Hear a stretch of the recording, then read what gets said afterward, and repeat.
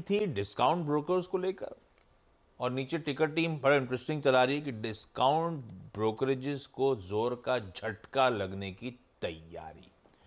तो पहले उस पॉकेट पे, क्योंकि काफ़ी सारे लिस्टेड स्टॉक्स हैं और लिस्टेड स्टॉक से ज़्यादा हम सब पे बड़ा इम्पैक्ट पड़ता है नॉन लिस्टेड स्पेस से भी, बहुत सारे प्लेयर्स हैं इसमें। क्या मामला है और क्या मायने हैं वो समझ लेते हैं पहले।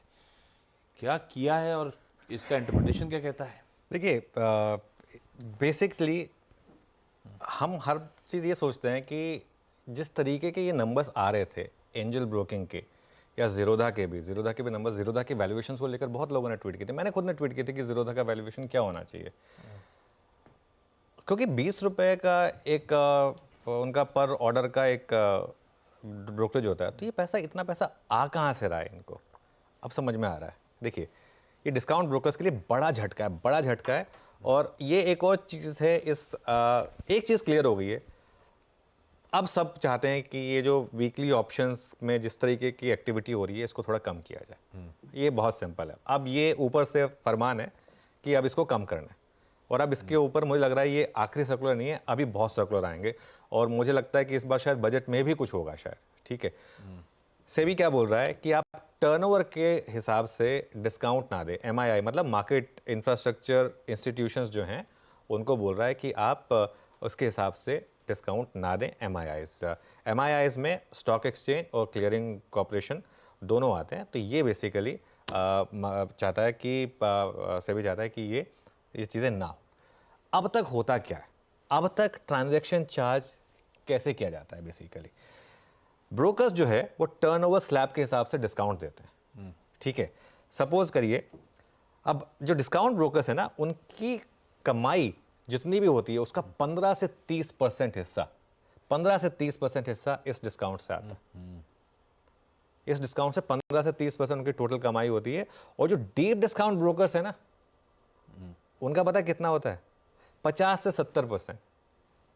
50 से 70% रेवेन्यू उनका इस डिस्काउंट की वजह से आता है, जो एक्सचेंजेस से किकबैक्स मिलते हैं इनको। एग्जैक्टली किकबैक थोड़ा स्ट्रांग वर्ड हो गया, मतलब वो इंसेंटिवाइज जो किया जाता है। बस इंसेंटिवाइज जो किया गया, क्योंकि आपसे तो ले लिया उन्होंने रोज, आपसे ले लिया उन्होंने रोज टर्नओवर चार्ज उस हिसाब से।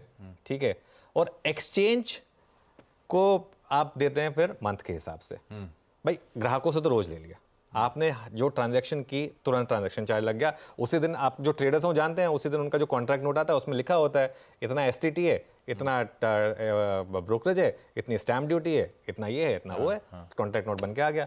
आपसे तो डेली ले लिया। एक्सचेंज को ये सारे ब्रोकर्स उसके बाद देते हैं मंथ के एंड पे, और वो मंथ के एंड पे जिसने जितनी ज़्यादा आपके लिए ट्रांजेक्शन की उसको उतना डिस्काउंट मिलता है। भाई दोनों का फायदा हो गया। आप, ये नॉर्मल बिजनेस है ना, कोई भी बिजनेस करता है, आप कोई बड़ी कंपनी होगी वो भी अपने डिस्ट्रीब्यूटर को बोलेगी भाई तुम जितना धंधा लाओगे मेरे लिए उतना मैं तुमको डिस्काउंट दूंगा। सिंपल रेवेन्यू शेयरिंग होगी, एक तरीके की रेवेन्यू शेयरिंग हो गई कि आपने क्लाइंट से पैसा लिया है और अब उतनी रेवेन्यू शेयरिंग होगी। सेबी बोल रही है सिंपल, नथिंग डूइंग, इतना आपने ट्रांजेक्शन चार्ज अगर जितना क्लाइंट ने दिया है एक्सचेंज उतना ही लेगा, बस बात खत्म। बीच में ये ब्रोकर वगैरह को नहीं मिलेगा। भाई वो एक्सचेंज टैक्स लगा रहा है, वो एक्सचेंज का पैसा है ना, उसमें ब्रोकर को मिलने का क्या मतलब है? अब सिर्फ ब्रोकर धंधा ला रहा है आपके लिए, इसका मतलब ये थोड़ा ना है। अगर आपने मुझसे 5,000 रुपये कलेक्ट करे हैं तो 5,000 रुपये एक्सचेंज ये नहीं कह सकता कि चलिए 3,000 मेरे 2,000 ब्रोकर के। हाँ। अगर 3,000 मेरे तो 2,000 क्लाइंटों को वापस दो, ब्रोकर नहीं रख सकता 2,000। तो अब ब्रोकर के पास क्या इंसेंटिव रहेगा फिर? ये डिस्काउंट ब्रोकरेज कैसे चलाएंगे? एग्जैक्टली ठीक है ना, क्योंकि भाई अब क्या होता है, जब इस तरीके का वॉल्यूम बढ़ता है उसी तरीके से आपको टेक्नोलॉजी में इन्वेस्ट करना होता है, उसी तरीके से आपको लोग रखने होते हैं, उसी तरीके से आपको कस्टमर केयर रखना होता है। किस तरीके से इंडिया में ये सारे डिस्काउंट ब्रोकरेजेस मशरूम कर रहे हैं, अभी तो पता नहीं कौन कौन आ गए हैं, मतलब इतने अलग अलग नाम आ गए हैं, मतलब सब, क्योंकि सबको लग रहा है कि ये तो अच्छा धंधा है। और ये सब लोग थोड़े बहुत कुछ इन्फ्लुएंसर्स वगैरह को ले आते हैं, कहते हैं कि इसके थ्रू ट्रेड करिए। कुछ 4-5 बड़े ट्रेडर ले लिए, उनको बोला कि मैं तो इस पर ट्रेड करता हूँ, मुझे अच्छा वो मिलता है। तो ये जो चीज़ है ना, बेसिकली एक्सचेंज कह रहा है कि नहीं, अब इसमें ट्रांसपेरेंसी लाइए आप, सभी के लिए एक जैसी फीस होनी चाहिए। 1 अक्टूबर 2024 से ये लागू होगा। मैं एक चीज़ अभी क्लियरली बोल रहा हूँ यहाँ पर, मार्केट पार्टिसिपेशन वाले जितने भी स्टॉक्स हैं इनमें एक तरीके का टॉप बनने के बहुत बड़े रिस्क हैं, चाहे एंजल ब्रोकिंग हो, चाहे मोतीलाल ओसवाल वगैरह हो, चाहे बीएससी हो, क्योंकि इवन जो बीएससी की भी री रेटिंग हुई है उसमें एक बहुत बड़ा एंगल ये जो वीकली ब्रोकरेज, जो वीकली ऑप्शंस का जो वो वॉल्यूम बढ़ा है उसकी वजह से हुआ है।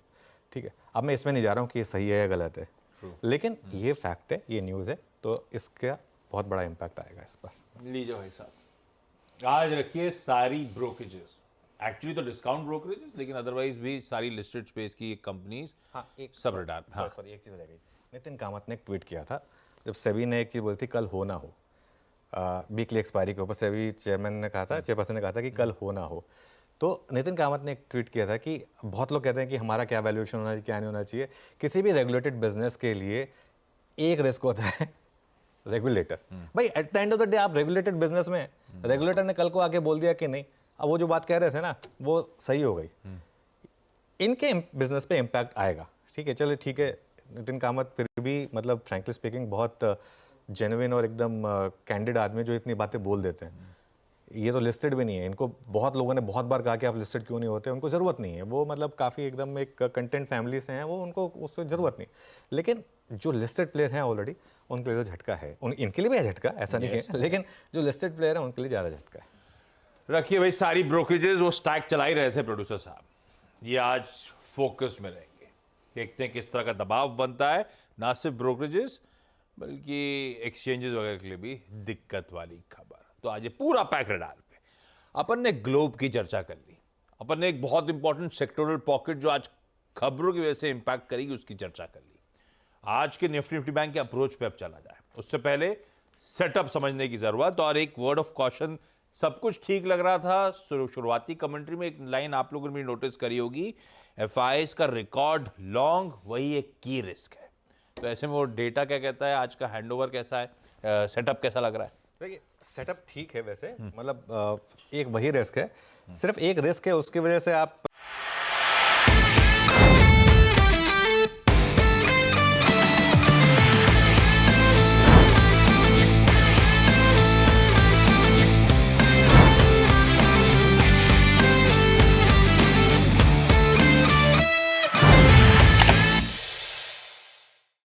बता दें कि मनी कंट्रोल पर दिए गए विचार एक्सपर्ट्स के अपने निजी विचार होते हैं। वेबसाइट या मैनेजमेंट इसके लिए उत्तरदायी नहीं है। यूजर्स को मनी कंट्रोल की सलाह है कि कोई भी निवेश निर्णय लेने से पहले सर्टिफाइड एक्सपर्ट की सलाह लें।